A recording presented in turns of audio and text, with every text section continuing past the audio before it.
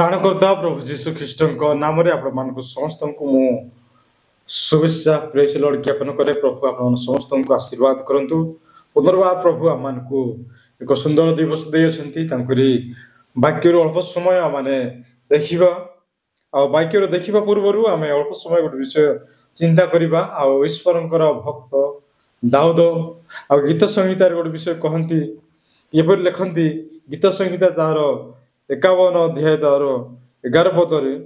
एपर लिखा जाए मो तुम्भ छामुरे मते दूर कर नहीं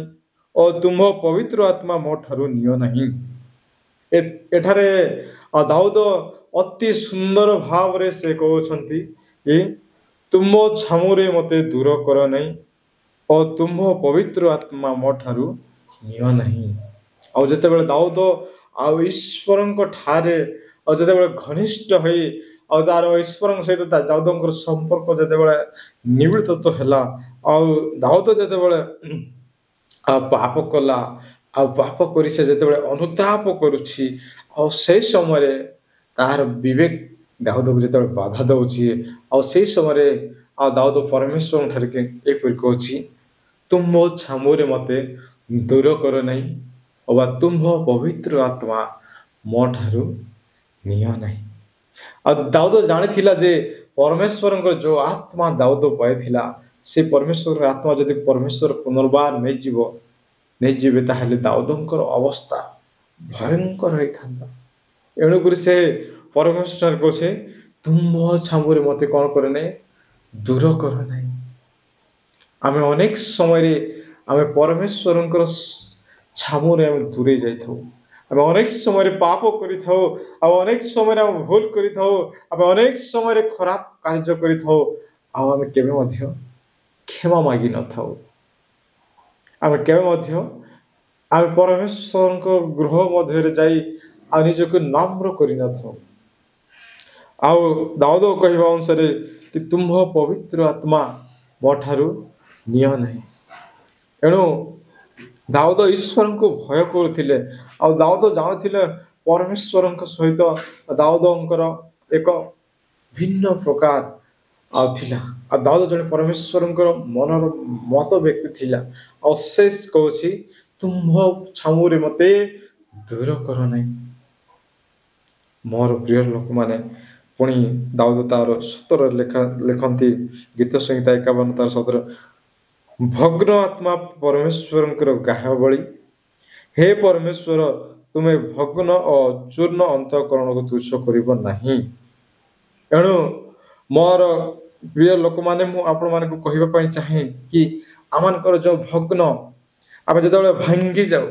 आम जो निराश हो जाऊ आम जो आमर आशाहीन हो जाए से समय आमर आत्मा कौन हो जाए भांगी जाए। अनेक समय जो आराधना करूँ आम आराधना करने समय जो निजक आम हजि जाइए से समय जो आम आत्मा भांगी जाए आम से समय कांदी कांदी जो परमेश्वर आराधना करूँ ठीक तद्रूप भग्न आत्मा परमेश्वर ग्राह बड़े हे परमेश्वर तुम्हें भग्न और चूर्ण अंतर्गण को तुच्छ कर नहीं। मोर प्रिय लोक मैंने आपको चाहे कि परमेश्वर आपण मानकु आशीर्वाद करने चाहते आपण मानकर भग्न अंतकरण आपण मानकर भांगी जाइए मन को आपण परमेश्वर गृह मध्य जातु। आ दाऊद जो प्रकार परमेश्वर ठारे क्षमा प्रार्थना करुच्ची आपण माने परमेश्वर ठारे आमनकर भूल निमंते आमनकर अपराध निमंते आमनकर दोष निमंते आम प्रार्थना करिबार अछि। ए जगत रे मनुष्य प्रतिदिन से पाप करी चली अच्छी मनुष्यर पाप प्रतिदिन बढ़ी बढ़ी जाऊँगी किंतु मुझे कहवाई चाहे कि परमेश्वर आत्मा परमेश्वर समस्त को आत्मा दी और से आत्मा मान अंतर अच्छी आम केवे मध्य परमेश्वर देथिबा आत्मा को पुनर्बार आम हराइबा नहीं। आम से आत्मा को आम पाइछु से आत्मा अनुसार आम बंचिबा ताहेले आम परमेश्वर को आहरी निगुड़ित तो जानिबा साथे साथे परमेश्वर आमको समस्त पाप को क्षमा करबे सते सते से आमको बहुल मात्रा से कौन करेंगे आमको आगे नेबे हुए तो आमर आत्मिक जीवन रे हुए तो आमर सामाजिक जीवन रे हुए तो आमर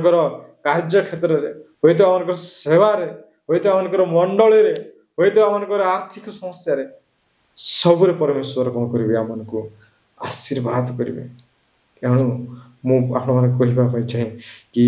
दाऊद जपरी क्षमा प्रार्थना करुँच परमेश्वर ठारे तुम्भ पवित्र आत्मा मो ठारू निय नहीं किंबा तुम्भ छामुरे मते दूर कर एणु परमेश्वर छामुरे आमे जदि पड़ाई जाऊँ ताहले आमे केउटी जाई लुचि रही परिबा केबे मध्ये आमे बंची परिबाने केबे मध्ये हम परमेश्वर ठारू आमे दूरे रही परिबाने कारण परमेश्वर से स्वर्ग रे छंती आमे जेउटी जाई लुचिले जेउटी जाई आमे छुपिले मध्ये हम कोन करबाने परमेश्वर हमर लुचि थिबा स्थान को देखिबे आ परमेश्वर कोन करिवे हमको टाणिबे हमर समस्त देखिबे एणु एणु परमेश्वर मु छामुरे आमे दूर हेबा नै एणु परमेश्वर तांकुरी छामुरी हमको दूर न करतु प्रभु तांकुरी छामुरी हमको रखतु आउ परमेश्वर आत्मा तांकुरी छामुरे थिबा समय ही आम अंतर रहतु ताहले आमे पाप करिबा नै भूल करिबा नै खराब करिबा नै आमे सब क्षेत्र में सतर्क होई एक हष्टचित होई एक सुदृढ़ व्यक्ति हम ईश्वर सेवा करिबा लोक हेबा एक परिवार संभाळिबा लोक हेबा एक परिवार को शांति देबा लोक हेबा एक परिवार को आमे सब क्षेत्र में आगे नेबा लोक हेबा एणु मोर प्रिय माने मु आपण मान कहबे चाहे कि प्रभु आज ये वाक्य द्वारा आपण मान को मते बहुत शिक्षा देवा चाहे कि परमेश्वर छामुरे परमेश्वर आमके मत दूरे न रखु जदि आम परमेश्वर तांकर छामु को रखी ताहले आमे नरकगामी हेबा अपेक्षा कहीं आम स्थान ना एणु आमर जो आत्मा भांगी जाइ आमर जो आत्मा भांगी जाइ आ से भग्न आत्मा आ परमेश्वर ग्राह्य बड़े से भांगी जाइथिबा आत्मा को परमेश्वर इच्छा करती आमर ये भांगी जाइए आत्मा को परमेश्वर सम्मुख रखा ताहले परमेश्वर आशीर्वाद करेंगे प्रभु ये वाक्य द्वारा आपण को मते आशीर्वाद करंतु आमेन।